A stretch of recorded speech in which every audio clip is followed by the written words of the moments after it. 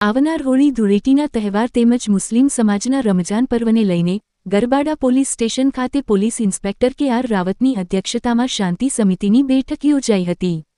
ગરબાડા નગર સહિત પંથકમાં દરેક તહેવાર શાંતિપૂર્ણ માહોલમાં ઉજવાય તે માટે પોલીસના સતત પ્રયાસો રહેતા હોય છે અને તે અંતર્ગત દરેક તહેવારોને લઈને પોલીસ દ્વારા વિવિધ સમાજના આગેવાનો નગરજનો સાથે શાંતિ સમિતિની બેઠક પણ યોજવામાં આવે છે.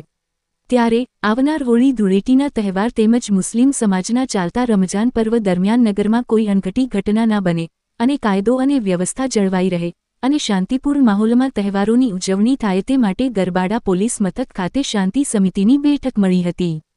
Police inspector કે.આર. રાવતની અધ્યક્ષતામાં યોજાયેલી શાંતિ સમિતિની બેઠકમાં હિન્દુ મુસ્લિમ સમાજના આગેવાનો ગ્રામજનો ઉપસ્થિત રહ્યા હતા.